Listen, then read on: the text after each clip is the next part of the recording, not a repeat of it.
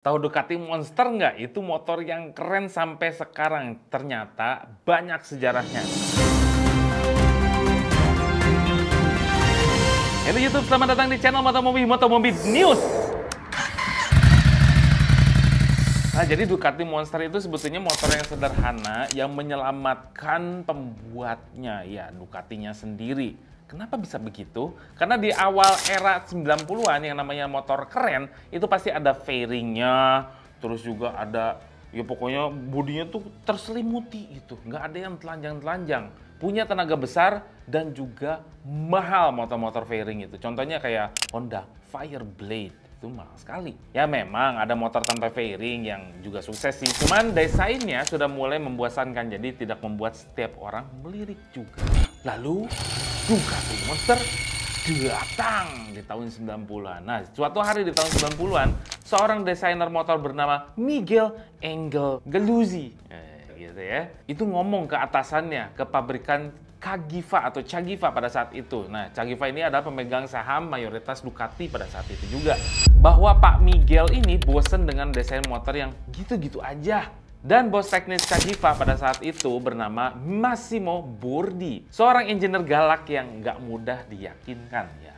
Dia juga punya ide-ide beberapa gitu ya. Tapi disambut datar-datar aja nih si Galuzzi ini. Namun Galuzzi ini juga pernah kerja di Honda Milan. Pasti nggak akan nyerah pada saat itu. Akhirnya Bordi ini sebel, soalnya didesak terus sama si Galuzzi. Terus memerintahkan, coba kamu ke Ducati, buat dulu konsepnya seperti apa, baru saya lihat nanti ya, kata si Bordi teh. Nah, pada Agustus 1990 saat Italia libur panjang, ia dipinjami sebuah Ducati Triple Eight Strada yang digunakan untuk liburan. Nah, ini di pikiran dia gitu ya, ini motornya sebetulnya enak. Mesinnya bisa dipakai untuk motor yang baru. Frame-nya bisa pakai Ducati 851 lah. Nah, abis itu nggak perlu banyak waktu si Galuzzi ini, si Pak Galuzzi keluar dengan motor berbentuk yang nggak lazim sih, aneh pada saat itu. Nah, terus untuk mewujudkan idenya, Pak Galuzzi ini minta bantuan fabrikator Fabio Montanari yang bertanggung jawab membuat tangki untuk motor balap Paris-Dakar Cagiva. Wah, itu keren sekali sih. Karena pekerjaan Montanari ini berisik, melibatkan besi dan palu, ia punya bengkel sendiri, jauh dari studio desain Cagiva, supaya nggak bising-bising amat lah di sekitaran situ. Apa yang mereka kerjakan di bengkel itu juga dirahasiakan, meskipun akhirnya terendus juga. Ngapain itu Galuzzi di tempat Montanari? Itu pertanyaan dari satu petinggi Cagiva pada saat itu, yaitu Claudio Castiglioni. Nah, pas hari itu beberapa senior manajer juga dipanggil untuk rapat soal pendanaan untuk motor baru Ducati. Claudio dan timnya itu lalu sidak, langsung grebek gitu ya. Lalu ia menceritakan tentang motor yang sedang ia kerjakan. Lalu ditunjukin tuh motor-motornya. Tapi bukan dimarahi.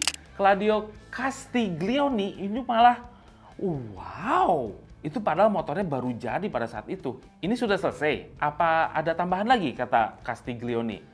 Pak Galuzzi ini menjawab, nggak ada. Udah begini aja. Terus udah gitu malah kagum. Termasuk si Pak Bordi ini yang tadinya sebel. Jadi pada saat bikin prototipe Ducati Monster ini ya, Pak Galuzzi ini juga sedang mempersiapkan produk baru bernama Ducati Passo. Ya, ini motor Galuzzi pada saat itu yang ditunda gitu ya. Ducati Passo ini sambil di prototipenya disempurnakan juga gitu. Nah, di tahun 91, Pak Galuzzi ini mencoba meyakinkan Claudio Castiglioni untuk membawa prototipe Ducati garapan ke rapat para dealer dan importir Cagiva Group. Saat Pak Castiglioni membuka selubung, jadi salah satu dealer Cagiva dari Prancis bernama Marcel Serat langsung bilang, udah jadikan aja motornya. 1000 pertama langsung saya boyong gitu ya. Pabrik juga dibuat kagum di Cologne Motor Show 1992 dengan bentuk baru motor Ducati yang gak biasa itu.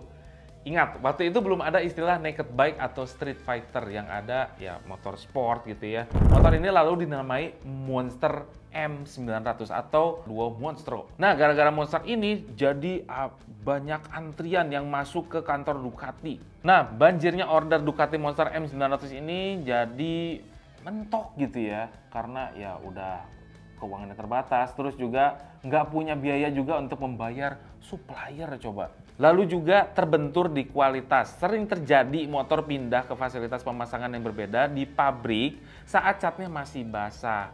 Ini Nggak lain karena mengejar waktu produksi. Hasilnya motor yang diterima kadang bermasalah di kualitas pewarnaan. Tapi yang pesen Ducati ini nggak mempermasalahkan itu karena mereka suka sama motornya dan bosan dengan bentuk motor yang begitu-gitu aja. Akhirnya Ducati Monster sukses hingga sekarang.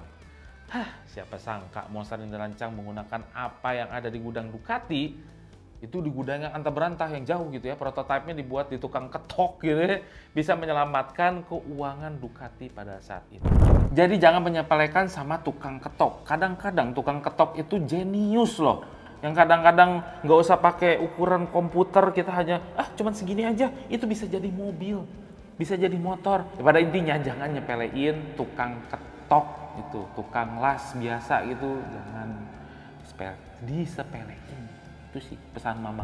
Jangan lupa untuk tekan tanda jempol ke atas, subscribe channel Motomobi, Omobi, dan Mes Mobi, berikut tanda loncengnya. Share juga video ini ke sosial media Anda, atau ke kakek, nenek, ke tante, om gitu ya. Jangan lupa share sosial media kami, yaitu Instagram. Jangan lupa juga untuk pesan merchandise. Nah, kita punya merchandise di sini, ada kaos polo, ada kaos t-shirt, ada topi, ada juga apar di sini.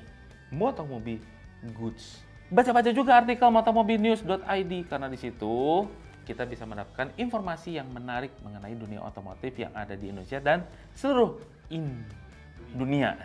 Teo gitu susah ngomongnya. Ya, terima kasih telah menonton.